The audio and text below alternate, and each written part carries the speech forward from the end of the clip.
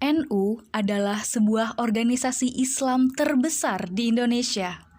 Organisasi ini berdiri pada 31 Januari tahun 1926 dan bergerak di bidang keagamaan, pendidikan, sosial, dan ekonomi.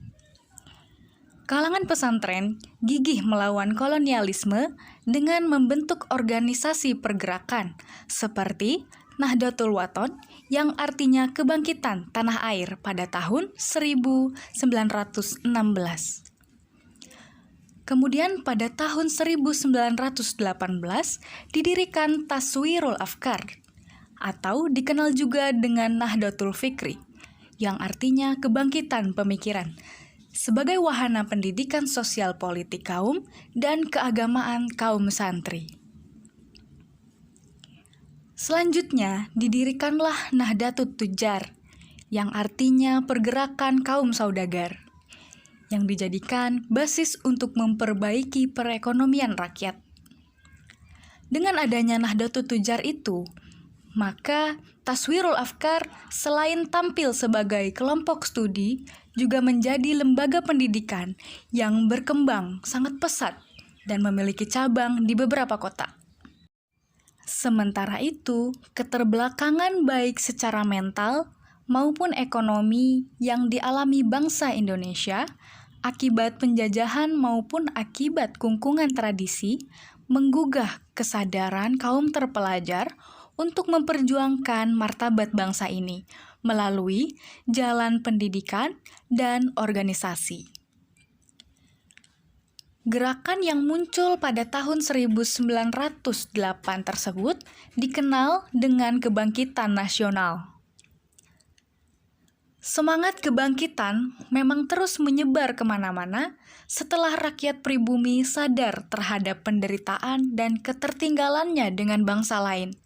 Sebagai jawabannya, muncullah berbagai organisasi pendidikan dan pembebasan. Ketika Raja Ibnu Saud hendak menerapkan asas tunggal, yakni mazhab Wahabi di Mekah, serta hendak menghancurkan semua peninggalan sejarah Islam maupun pra-Islam yang selama ini banyak diziarahi karena dianggap bid'ah.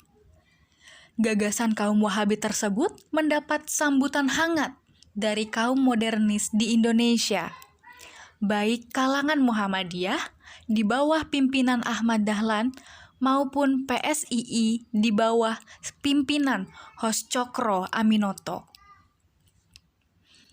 Sebaliknya, kalangan pesantren yang selama ini membela keberagaman menolak pembatasan bermadhab dan menghancurkan warisan peradaban tersebut. Sikapnya yang berbeda, kalangan pesantren dikeluarkan dari anggota Kongres Al-Islam di Yogyakarta pada tahun 1925. Akibatnya, kalangan pesantren juga tidak dilibatkan sebagai delegasi dalam Muktamar Alam Al-Islami Kongres Islam Internasional di Mekah yang akan mengesahkan keputusan tersebut.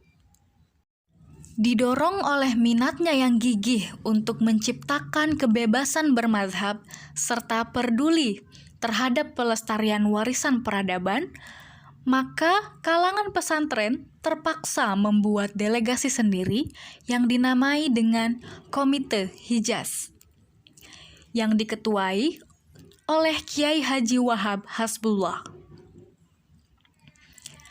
Atas desakan kalangan pesantren yang terhimpun dalam Komite Hijaz dan tantangan dari segala penjuru umat Islam di dunia, Raja Ibnu Saud mengurungkan niatnya. Hasilnya, hingga saat ini di Mekah bebas dilaksanakan ibadah sesuai dengan mazhab mereka masing-masing. Itulah peran internasional kalangan pesantren pertama yang berhasil memperjuangkan kebebasan bermazhab dan berhasil menyelamatkan peninggalan sejarah serta peradaban yang sangat berharga. Berangkat dari komite dan berbagai organisasi yang bersifat embrional dan hoax, Maka setelah itu dirasa perlu untuk membentuk organisasi yang lebih mencakup dan lebih sistematis untuk mengantisipasi perkembangan zaman. Maka setelah berkoordinasi dengan berbagai kiai, akhirnya muncul kesepakatan untuk membentuk organisasi yang bernama Nahdlatul Ulama, yang artinya kebangkitan ulama, pada tanggal 16 Rajab 1344 Hijriah yang bertepatan pada tanggal 31 Januari 1926. Organisasi ini dipimpin oleh Kiai Haji Hasyim Asy'ari sebagai Rais Akbar.